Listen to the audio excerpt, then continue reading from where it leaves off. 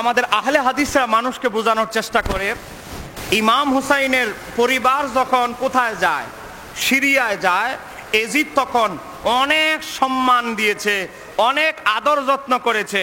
এ বলেন এই ওয়াজ আমাদের আহলে হাদিস ওয়াহাবিরা করে কি করে না? অথচ এটা হলো ভুয়া ওয়াজ। সঠিক ওয়াজ কি? ইমাম জয়নুল আবিদিনকে জেলখানায় বন্দী করা হয়েছিল এবং ইমাম হুসাইনের সপরিবারকে, অন্যায়কারী মহিলাদের জেলখানায়, ইমাম জয়নুল আবিদিনকে ডাকাত, খারাপ, বর্বর, খুনি তাদের সাথে রাখা হয়েছিল। এবার আসেন, তারপরে এজিদ চিন্তা করলো ইমাম জয়নুল আবিদিনকে হত্যা করে ফেলবে। একটু জোরে বলে না নাউজুবিল্লাহ। এখন এজিদ তো একা একা সিদ্ধান্ত নিতে পারে না। এজিদ কি করলো? কিছু পাতানো বিচার করার জন্য, রাজ্যসভায় পাতানো বিচার করার জন্য কিছু দালাল সেটিং করলো। তোরা বিল উত্থাপন করবি, সংসদে বিল উত্থাপন হয় কি হয় না? যেটার পক্ষে ভোট বেশি, হাজা যুক্ত হলো, ওইটাই ফাইনাল হয়। এখন এজিদ বলে আমি একচটিয়া যদি বলি জয়নুল আবিদিনের ফাঁসি হয়ে যাক, এটা তো মানুষ মানবে না। তোরা বেশি হাত উঠালে, ভোট দিলেই এই বিলটা পাস করতে পারবো। এবার কি করলো? এজিদ পরামর্শ সভা তৈরি করলো। ইমাম ইবনে কাসির আল বেদায়া ওয়ান নেহা 8 নম্বর খণ্ড 365 পৃষ্ঠা, আরবিটাও আছে, বাংলাটা আপনাদেরকে দেখাচ্ছি, আপনারা যেহেতু সাধারণ মানুষ। 365 পৃষ্ঠা শুরু হয়ে গেল এজিদদের দালালদের বিল উত্থাপন। একদল লোক, ইমাম ইবনে কাসির তাদেরকে কি পরিভাষায় ব্যবহার করছেন? অভিশপ্ত একদল লোক বলল, আমিরুল মুমিনিন এজিদকে বলতেছে সাপ মেরে সাপের বাচ্চাকে ছেড়ে রাখা নিরাপদ নয়। একটু জোরে বলেন নাউজুবিল্লাহ। কি বলতেছে? ইমাম হুসাইনকে বলতেছে সাপ। আমিরুল মুমিনিন সাপ মেরে, মানে হুসাইনকে মেরে ফেললেন, সাপটা মেরে ফেললেন, আর সাপের বাচ্চা ছেড়ে রাখবেন, এটা তো নিরাপদ নয়। এই সাপ যখন বড় হবে, মানে জয়নুল আবিদিন, সেও আপনাকে সবর মারবে। এরপরে বলতেছে আলী ইবনে হুসাইনকে শেষ করে দিন, তাহলে আর হুসাইনের কোনো বংশ অবশিষ্ট থাকবে না। একটু জোরে বলেন না, আর একটু জোরে বলেন। তারপরে এজিদের দালালরা বলে এজিদ নির্দোষ। বলেন এই ধরনের দালাল বাংলাদেশে আছে না নাই? এই পরিস্থিতিতে হুট করে ঢুকে গেলেন নবীর সাহাবী, তার নাম হচ্ছে নোমান বিন বশির। হযরত নোমান বিন বশির এজিদের রাজ্যসভায় ঢুকে গেলেন। এটা হয়তো আমার নবীর ইশারা। হযরত নোমান বিন বশির ঢুকে গিয়ে বলতে লাগলে, হে এজিদ, এরা আপনাকে অনেক পরামর্শ দিয়েছে, কুপরামর্শ।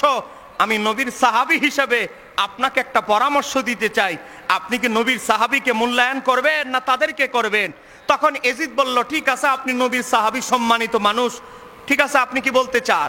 তখন নবীর সাহাবী নোমান ইবনে বশির রাদিয়াল্লাহু তাআলা বললেন, এজিদকে বললেন, তাদেরকে, মানে আহলে বাইতকে বলছে, তাদেরকে এই অবস্থায় দেখলে রাসূলুল্লাহ সাল্লাল্লাহু আলাইহি সাল্লাম যেরূপ আচরণ করতেন, আপনিও সেরূপ আচরণ করেন। হে এজিদ, আল্লাহর হাবিব তার আহলে বাইতকে দেখলে এই অবস্থায় আল্লাহর হাবিবের যতটা কষ্ট হতো, নবী যেই সিদ্ধান্ত নিত, আপনি সেই সিদ্ধান্ত নেন। এরপরে কি হলো দেখেন, ইমাম ইবনে কাসির উল্লেখ করছে, এরপরে দেখেন, তখন এজিদ, মনোযোগ, তখন ইয়াজিদ তাদের প্রতি সদয় হলো।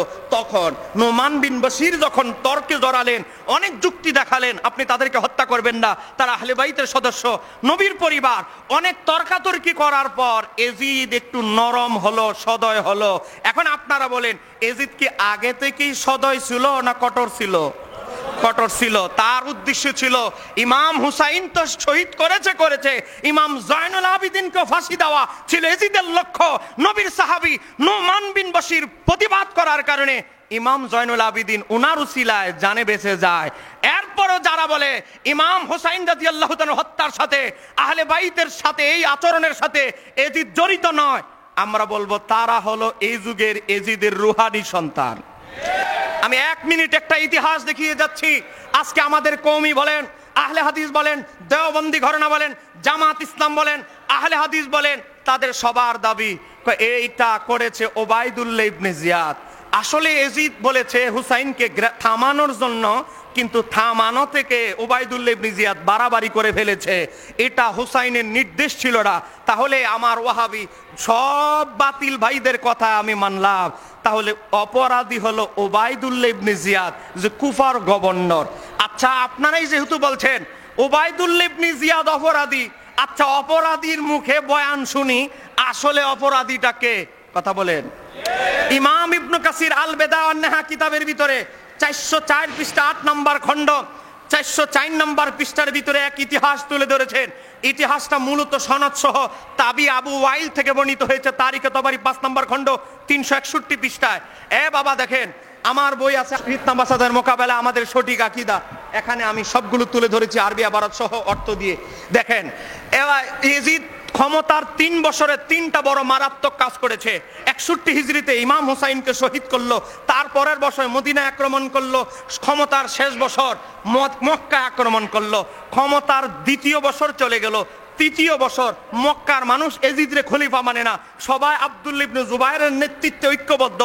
এজিদ বলে আমি কেমন খলিফা, মক্কা আমার হাতে নাই, যেখানে বাইতুল্লাহ মানুষ হজ করে, তাহলে আমি বাইতুল্লাহকে যেমনি হোক হাতে আনতে হবে। মানুষ দালালেরা এজিদকে বুঝাইতে লাগলো, একজন মানুষই মক্কা আপনার হাতে আনতে পারবে। কয় কে? কয় সে হলো ওবায়দুল্লাহ ইবনে জিয়াদ। হুসাইনকে যারে দিয়ে সরিয়ে দিয়েছেন তার কাছে চিঠি পাঠান, সে তারে বলেন মক্কায় যেতে, মক্কা আপনার আন্ডারে চলে আসবে। চিঠি পাঠালো এজিদ। মনোযোগ, আপনার আমার চিঠি আর শাসক খলিফার চিঠি, সরকারের চিঠি এক নয়। কথা বলেন না কেন? ঠিক কি রে? ওবায়দুল্লাহ ইবনে জিয়াদের কাছে এজিদ চিঠি পাঠালো সিল মেরে। এবার আসেন, ইমাম ইবনে কাসির সে চিঠিটা তুলে ধরেছে, চিঠির টুকরা গুরুত্বপূর্ণ অংশ তুলে ধরেছে। এরপর দেখেন, ইতিপূর্বে ইয়াজিদ ওবায়দুল্লাহ ইবনে জিয়াদকে পত্র লিখেছেন, কয় কি সে জন্য আব্দুল্লাহ ইবনে জুবাইরকে মক্কায় অবরোধ করার জন্য সেখানে গমন করে, কিন্তু ওবায়দুল্লাহ ইবনে জিয়াদ তার আদেশকে অমান্য করে। ওবায়দুল্লাহ ইবনে জিয়াদ বলে, না এজিদ, তোমার আদেশ, আমি আর এই আদেশ শুনবো না। এবার বলেন, এবং বলে ওয়াল্লাহি, আল্লাহর শপথ। দেখেন, ওবায়দুল্লাহ ইবনে জিয়াদকে যেই বাতিল এরা বলে সে দোষী হুসাইনের শাহাদাতের পিছনে, সে ওবায়দুল্লাহ ইবনে জিয়াদের জবানবন্দি সরে ওবায়দুল্লাহ ইবনে জিয়াদ বলে আল্লাহর শপথ, হে ইয়াজিদ, আমি ইয়াজিদের ন্যায় তোমার ন্যায় এরূপ ফাসিক লোকের জন্য 2টি মারাত্মক কাজ একত্রিত করতে পারবো না। হে ইয়াজিদ, তোমার হুকুম শুনে আমি হুসাইনকে হত্যা করেছি। আবার নিজে চিঠিতে ব্যাখ্যা করছে, একটি হলো রাসূল সাল্লাল্লাহু আলাইহি ওয়াসাল্লামের কন্যার পুত্রকে হত্যা করা, এবং দ্বিতীয়টি হলো মহাসম্মানিত বাইতুলের বিরুদ্ধে যুদ্ধ করা। তুমি আমারে দিয়া হুসাইন রে হত্যা করায় আলা, এখন আমারে দিয়ে আবার কাবাগরের বিরুদ্ধে যুদ্ধ করাবে, এটা হবে না। আমার ক্ষমতা চাকরি চলে গেলে চলে যাবে, তোমার মতো ফাসিকের কথা শুনে আমি দ্বিতীয় বড় আরেকটা অন্যায় করতে পারবো না।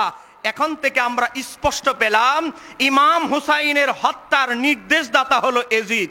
বলেন, নির্দেশদাতাকে? এটা আমাদের ওয়াহাবি, আহলে হাদিস, জামাত, সালাফি, খারিজি যত ফেরকা আছে, যারা ওবায়দুল্লাহ ইবনে জিয়াদের ঘাড়ে দোষ চাপায়া বাঁচতে চায়, এজিদকে বাঁচাইতে চায়, সে ওবায়দুল্লাহ ইবনে জিয়াদি চিঠির ভিতরে উন্মোচন করে দিয়েছে এজিদের হাকিকত। আমি শুধু হুকুমের গোলাম, ওবায়দুল্লাহ ইবনে জিয়াদ আমাকে দিয়ে এজিদ করিয়েছে, আমি করতে বাধ্য ছিলাম।